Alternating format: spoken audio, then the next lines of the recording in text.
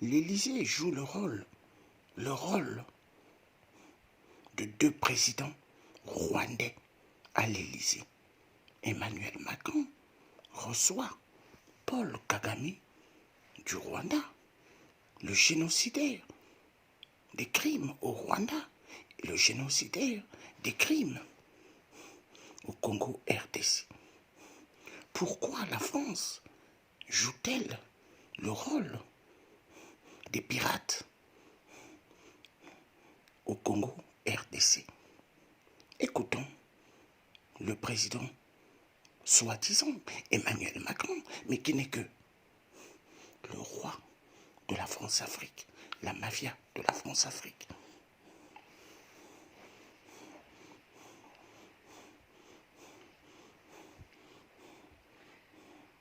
Mesdames, Messieurs les ministres, Mesdames, Messieurs, je me réjouis d'avoir accueilli à l'Élysée le président de la République du Rwanda, M. Paul Kagame, également président en exercice de l'Union africaine. Cette visite de travail à Paris fait suite aux deux entretiens que nous avions eus à New York en septembre, puis à New Delhi en février dernier. Le président Kagame a pu participer tout à l'heure à mes côtés au sommet Tech for Good, où nous avons pu échanger avec les plus grands chefs d'entreprise du secteur sur le rôle de la technologie et du numérique dans l'accès à l'éducation, à l'emploi, à la santé. Et nous avons, avec le président du Rwanda, des priorités partagées sur ces sujets d'avenir. Cette discussion a permis d'abord d'aller vers des engagements très concrets qui étaient pris, mais aussi a permis d'avoir un échange libre avec des dirigeants d'entreprises autour du sommet Vivatech, qui mettra pour la première fois à l'honneur l'Afrique cette année, avec non seulement un stand pour l'Afrique, mais aussi un stand pour le Rwanda. Et je reverrai demain matin dans ce cadre le président Kagame. Ce dernier est bien conscient de ces enjeux, de l'importance des ruptures technologiques, y compris pour le continent et surtout pour le continent africain. Et à ce titre, l'exemple donné par son pays est particulièrement illustrant, puisqu'il a su ces dernières années, dans une formidable accélération, à la fois en termes d'équipement, de qualification dans le pays, montrer que le numérique n'était pas réservé à certaines nations. Et c'est un exemple suivi par de nombreux pays africains qui va continuer à la fois en termes d'innovation, mais aussi en termes de talent. Et le succès il y a quelques semaines du Next Einstein Forum à Kigali en témoigne si besoin. Nous avons décidé avec le président Kagame de travailler ensemble de manière pragmatique sur les sujets d'intérêt entre nos deux pays. Et ils sont nombreux. C'est ce que nous avons longuement évoqué ensuite dans l'entretien bilatéral qui nous a réunis. La paix et la sécurité en Afrique, le soutien à l'innovation, le climat et l'environnement, les sujets linguistiques et éducatifs en sont quelques illustrations. Il ne s'agit en aucun cas de sous-estimer les difficultés du passé et la complexité de la relation bilatérale, mais au contraire, je crois pouvoir dire que notre volonté, c'est d'assumer cette complexité, de savoir la surmonter et de penser à l'avenir de nos jeunes générations qui est à construire ensemble. C'est ce vers quoi nous voulons tendre.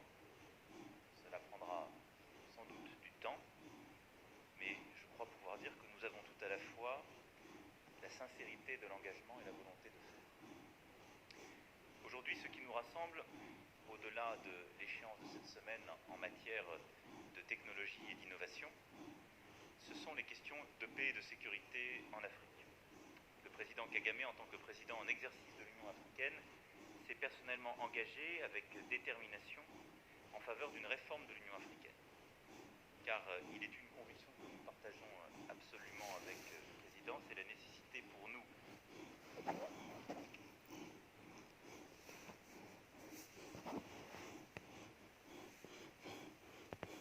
Peut-on être président de l'Union africaine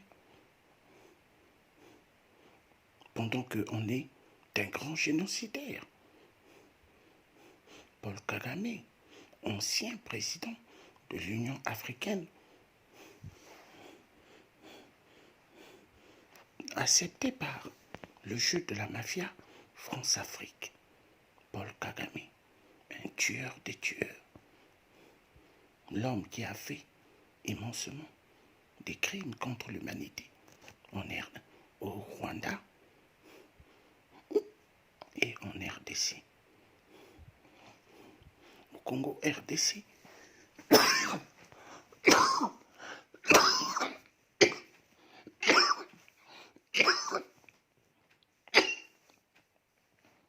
ex-Zaïre, plus de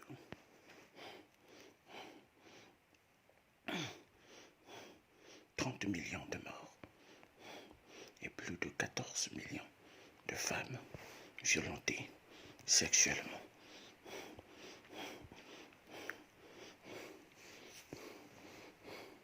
La France joue-t-elle double jeu au Congo RDC?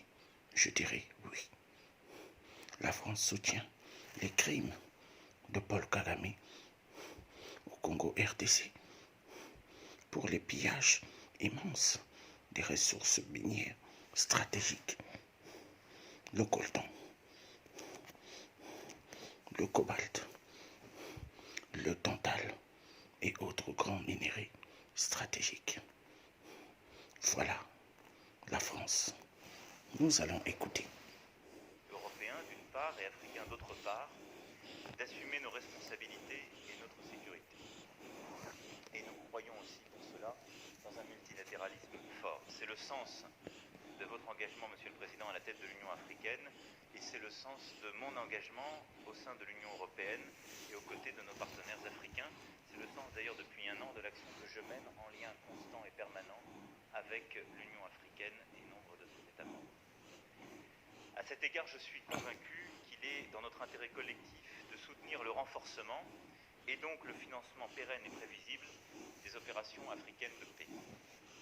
Je m'y suis déjà engagé à plusieurs reprises. Nous sommes convenus de travailler étroitement ensemble sur cette question essentielle et je me rendrai d'ailleurs sur ce sujet principalement et pas uniquement au sommet de l'Union africaine à Nouakchott début juillet. Nous aurons donc l'occasion de nous retrouver. Le Rwanda joue également un rôle essentiel en matière de la paix sur le continent africain et je veux ici remercier pour son engagement tout particulier. Nous avons évoqué plusieurs crises actuelles. Comment le président français peut dire que le Rwanda joue immensément une paix en Afrique? Grandement faux. Le Rwanda joue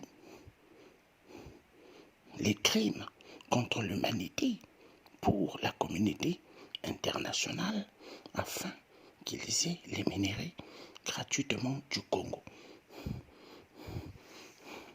Comment Emmanuel Macron peut-il insinuer que le Rwanda joue une paix immense en Afrique? Grandement faux. Les Rwandais Tutsis sont des tueurs en Afrique centrale. Vive la vérité, et la vérité vient de Dieu.